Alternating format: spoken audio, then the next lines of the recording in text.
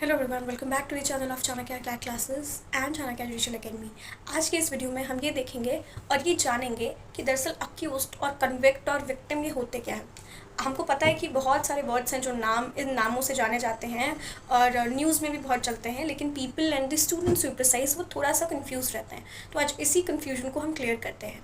देखिए, सबसे पहले किसी भी व्यक्ति के साथ जो गलत होता है, जैसे एग्जाम्पल के तौर पर अगर मिस्टर एक्स और मिस्टर एक्स के साथ कुछ गलत हो रहा है, तो जिस आदमी के साथ गलत होता है उसको विक्टिम कहा जाता है, यानी the person who suffered the loss या the person who suffered the wrong is basically called as victim. अब जो उस विक्टिम के साथ कुछ गलत करता है, यानी जो उस पूरे ही मुद्दे का, उस पूरे ही मामले का मुख्य आरोपी होता है, मुख्य आरोपी से मतलब जिसके ऊपर आरोप लगाए जा रहे हैं, जिसके ऊपर एलिगेशंस लगाए जा रहे हैं, उसको हम अक्यूज बोलते हैं।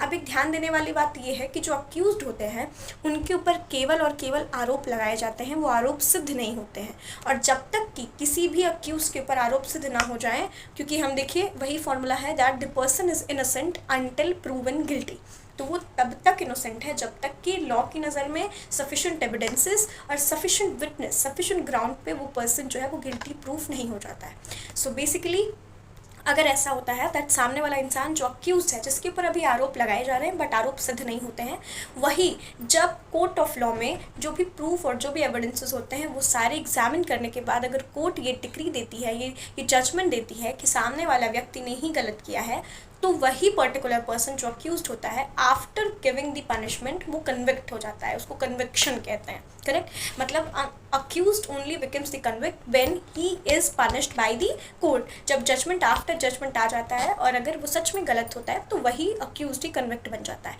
और अगर इसी अक्यूज के ऊपर, जिसके ऊपर आरोप लगाए जा रहे हैं, और बट लैक ऑफ एविडेंसेस या एविडेंस नहीं होने की वजह से या फेक एलिगेशन की वजह से, किसी भी वजह से अगर वो बच जाता है, अगर वो बरी हो जाता है, तो उसी एक टर्म को हम, उस एक बरी होने को, मुक्त होने को, डिस्चार्ज होने को दरअसल हम अक्विटल बोलते हैं और हम उस पर्सन को अक्विट बोलते हैं। आई होप इस पॉइंट ऑफ टाइम पे आपके नज़र में, आपके पॉइंट ऑफ व्यू में ये सारी चीज़ें क्लियर है। ऐसी ही वीडियोस या और किसी चीज़ के बारे में कन्फ्यूजन है और आप जानना चाहते हैं तो प्लीज़ मुझे कमेंट सेक्शन में मेंशन करके बताइए। Thank you for watching, stay continue.